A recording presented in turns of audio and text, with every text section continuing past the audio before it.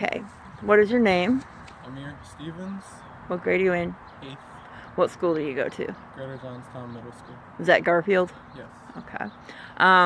Can you kind of tell me a bit? I understand you've been bullied.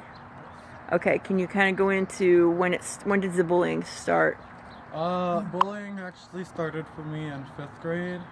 My sexual orientation, I had came out, and a lot of people started in 5th, and then it got worse in 6th grade when everybody actually found out.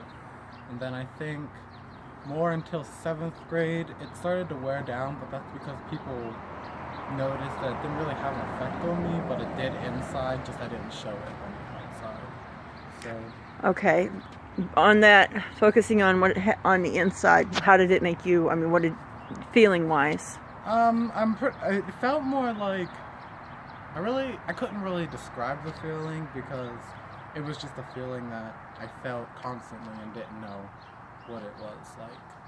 More a hurt feeling more than anything, because people would just say the most ignorant stuff for no reason at all, and it just would be like, well, it happened, but on the inside it's just constant pressure pretty much on the inside. Pressure to do what?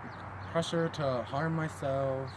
Like 2014, I was signed into the Alisha Hall for locking myself in the bathroom and trying to slit my wrist. Mostly prior to bullying. And then after that, I was in school, was getting bullied, and I had my medication on me because I didn't take it in school.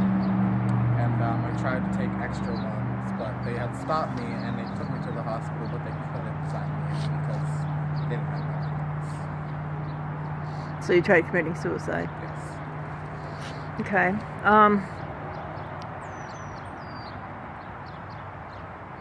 Have you told anybody?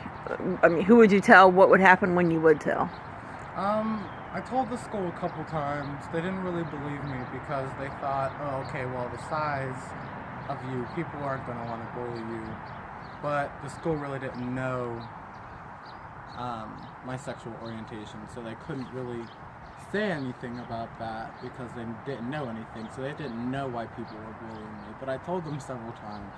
They didn't really care. I told my mom, she called the school. They talked to me but didn't do anything. They told me to write the kids up. I wrote them up and nothing really happened. Are you still bullied? At times, yes.